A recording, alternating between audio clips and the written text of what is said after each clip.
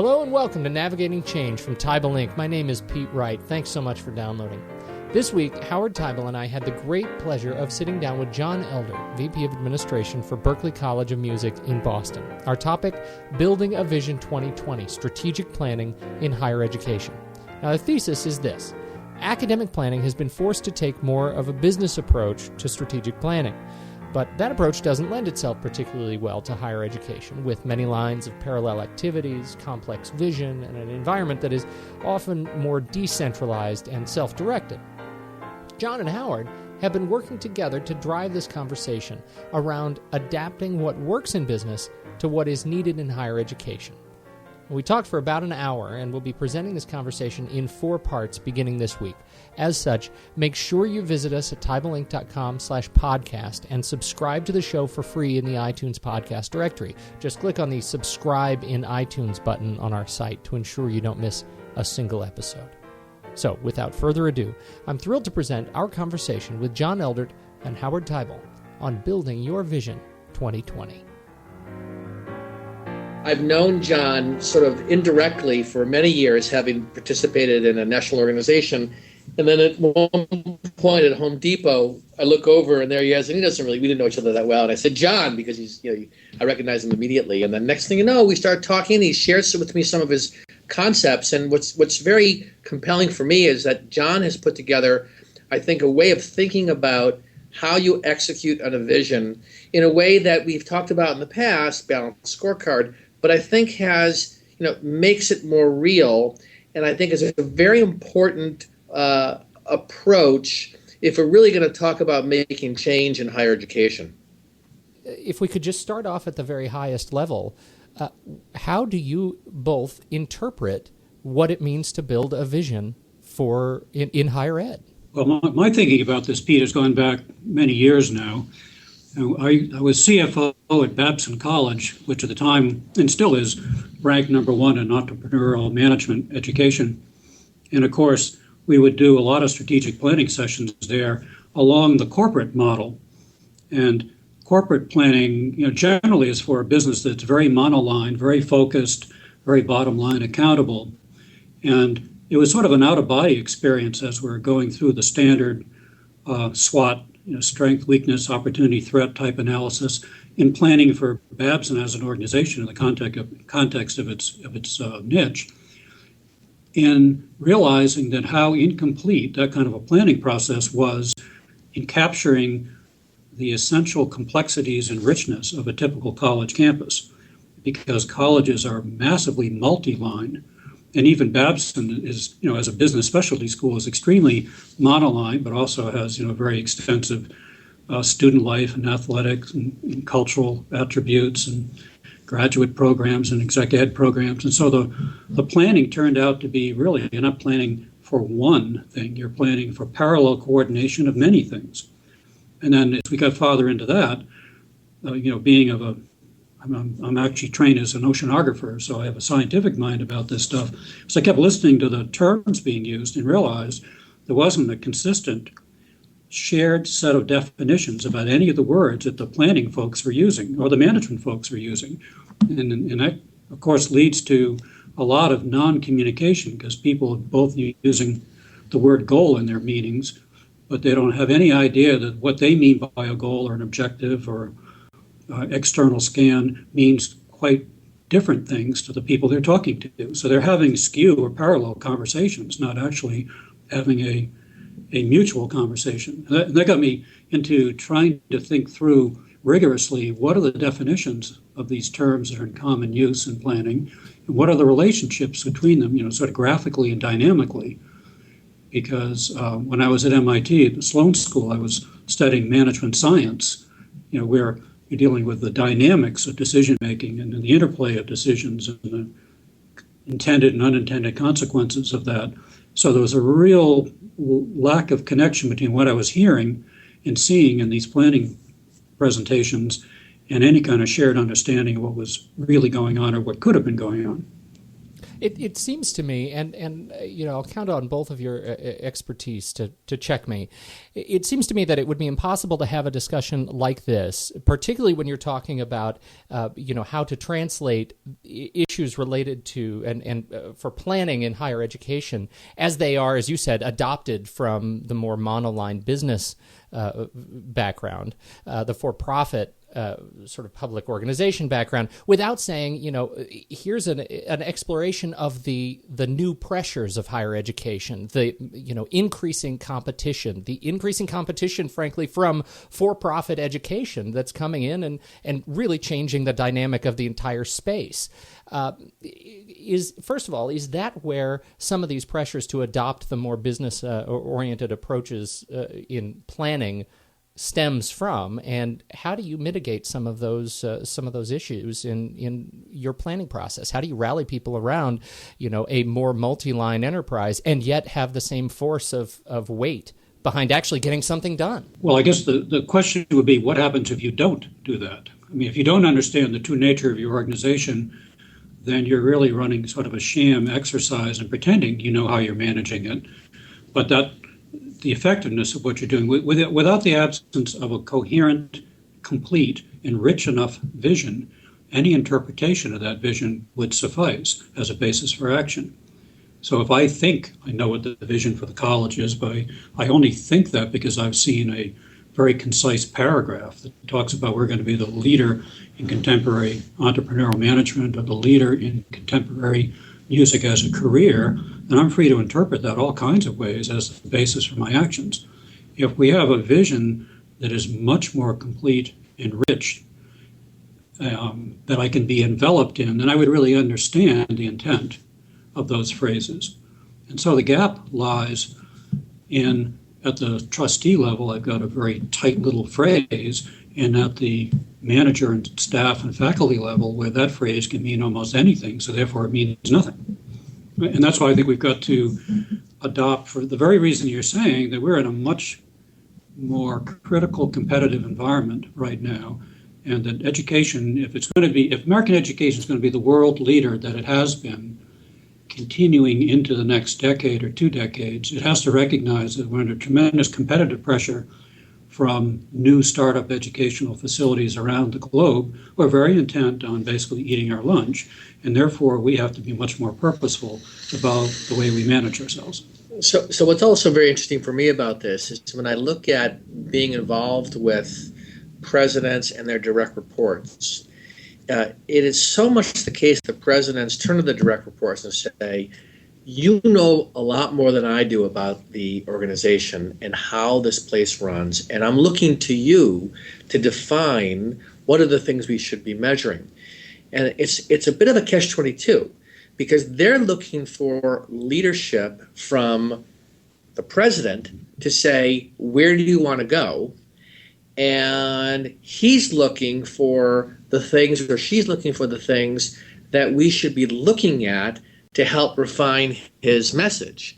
So when I'm finding myself in this dialogue, I'm finding it's often a very incomplete exercise that we're in.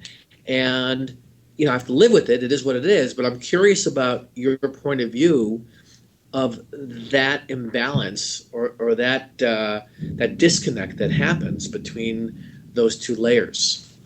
Well, I think, Howard, we could serve ourselves collectively better if we didn't start with a blank sheet of paper every time in a planning process. So how many times have you seen a planning process start with a bunch of flip charts and they go around the room and say, well, who can give us, some of our threats? Okay, I admit it. I've done it. How about opportunities? Got any opportunities out there? Right. Okay. And similarly for strengths and weaknesses. Well, what are our strengths? Well, we're damn good. Okay. What are our weaknesses? Well, we don't have any.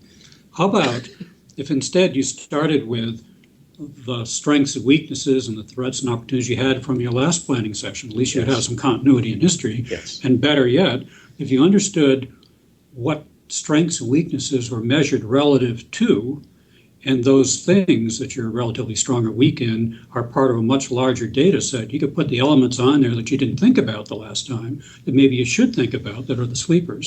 And the same thing on the threats and opportunities. What is the full set of both of those things? If you started with that as a framework, then the first question, the opening question for everybody would be, gee, you got all this stuff. What in there bothers you guys? Where do you think we're okay or not okay? Can we have a conversation around something that is already a relatively complete starting point that encompasses the breadth of relevant activities for this organization, encompasses the breadth of the current state of the organization? Right. So that if I can get people to do that work in advance, that is ideal. The thing, I just led a strategic planning session, and what was really interesting was you can make an argument that the way to start is really be clear what your mission is, and then your vision for the future comes out of your mission. Or you could say, what's your vision? And then the mission that you design, which may change from what it is you've been doing the last 20 years, gets informed by the vision. And I don't think there's one answer to that one. I don't think you can say always mission drives vision or vision drives mission. And I mention this only because when I think about entering this dialogue, I think that has great impact. Mm-hmm. If you choose one or the other, and I think you can make a compelling case either way, because your vision, if you step back from what you're doing now, you say, let's vision the future. Your mission may be different as a result of your vision. Okay, but you cannot say, well, let's mission the future. So the words are inherently different, and by flipping order, you've changed something. Well, which order are you, when you look at starting at the top, is it the vision? I would start with the mission. What do we exist here to do? And then the vision is, in that foreseeable future, how would that mission be expressed, subject to where we're starting from and how far we can go with what we got to work with, given what we think is going to happen in the environment around us. Right. So that's the order of events. And then the question is, well, where do I get the information about external trends I'm going to have to pay attention to? Where do I get the information about what our current state is? And the more complete the two of those things are, the more interesting the dialogue becomes as to, well, what's going to happen when you put all that together and where do you want to be? See, what's important for me about this conversation, and including Pete in this, is that I wrote a piece, and John, I think our first strong interaction was he really was being very respectfully critical about some language I was using. And I think one of the challenges is when I stand in front of a group of people and I talk about mission or vision, we do not have a common understanding of what we're talking about. Exactly. And then so you're not having the same conversation at all. You're not having the same conversation. And I think, Pete, that is partly, it seems so obvious, but if you step back and you ask the question of people in the room, you realize that there is truly a lack. It's like we're speaking a different language, but thinking we're saying the same things. Well, I think that's true. One of the things that stands out for me, and is this idea that the companies that really own the mission seem to have and I say institutions that seem to own their mission seem to have a charismatic leadership of the vision. Right. I think you look at an example like, for example, completely out of our sector, Ford Motor Company was in a disastrous and winding strait, and then Alan Mulally comes in driving not a Ford and says, I have a vision. I own this vision. I am the leader of this company, and I'm going to take responsibility for this mission. Anyone who is not behind this vision is going to move on. I count on you to execute through the mission. Right? The mission becomes marching orders that gets communicated down. The vision has to be owned by someone. Now, I want to go back to John's point earlier that it seems to be that if the vision is something that's not communicated well from the very, very top and is not owned at the very, very top, the mission becomes something that's impossible to communicate. And you're always starting with a blank sheet of paper. Well, we talked about very, very top, and in higher education, we're talking about the Board of Trustees. Exactly. Now, organization, right. But in many cases, the dilemma here is, again, the catch-22, their true connection to what it is, the landscape, and their ability to have a coalesced view of what their vision is that then gets translated to the president.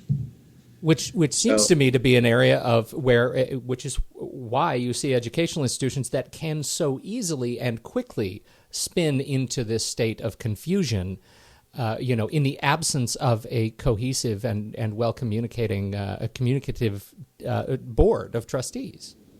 So I think you both you guys are exactly on one of the other differentiating themes here, that in a corporation monoline or with multiple divisions made of monolines, basically it's a command and control culture for the most part. And people generally get told what the program is, what they're supposed to do, what the desired outcomes are. In the educational context, it is much more of a voluntary community. And in fact, it's a community that relies on volunteers in an abnormal degree, including sometimes students are your employees. And my point in bringing this up is that if you've got a very clear vision of where you'd like to be in 20 years, and you understand all the components that comprise that vision, and you're able to communicate those components clearly and compellingly to a community that voluntarily enacts or achieves that vision, because you don't direct it per se. You can put out pieces of it as carrots or things to be desired, but the culture basically has to own the same understanding of the same vision, if that vision has a chance, snowball's chance of actually coming real. So this is really a challenge in communications, is how do you take a very rich, complex organizational future and communicate it in a fashion that all the players in the game, all the participants in the community, understand well enough that they can self-enact or self-enable that outcome, or they understand their piece of what they can control and what they can't control, and can modify that piece in the direction of the vision. And so it's this management/coordination challenge that takes you back to why it's so important to communicate thoroughly and completely something other than a paragraph about what you think your future ought to be. And so the challenge for us is how to capture that richness, take it apart in pieces that can be comprehended, and get it across to the entire community, ranging from trustees and donors and alumni on one end of the spectrum, through faculty and staff and students and vendors and suppliers and volunteers in the outlying surrounding communities at the other end of the spectrum. It's actually understanding the richness of the vision, and once you know then where you're trying to go and how that differs element by element from where we are now, right, that you start to develop strategies. And so we'll talk about the differentiation of strategies, what make up strategies, and how that leads to tactics eventually. But again, this is where the terminology really matters.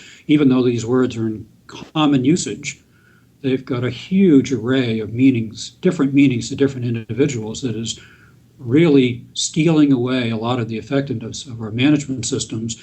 And in a time when there's such limited bandwidth, attention span, I think it's really important that we find a way to be very crisp and efficient in our communications.